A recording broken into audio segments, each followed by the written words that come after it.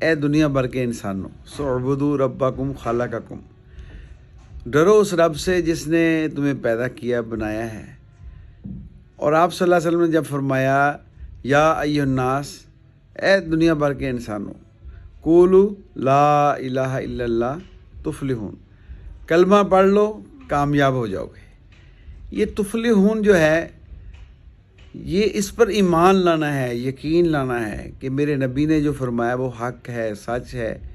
جب ہم نے کلمہ پڑھ لیا، اپنے رب کو خالق مالک رازق مان لیا، تو پھر اس پہ اعتبار کرنا ہے ہمیں، اس پہ یقین رکھنا ہے ہمیں، اور پریشان نہیں ہونا۔ لا تقنطوا من رحمت اللہ، پھر اللہ کی رحمت سے مایوس نہیں ہونا۔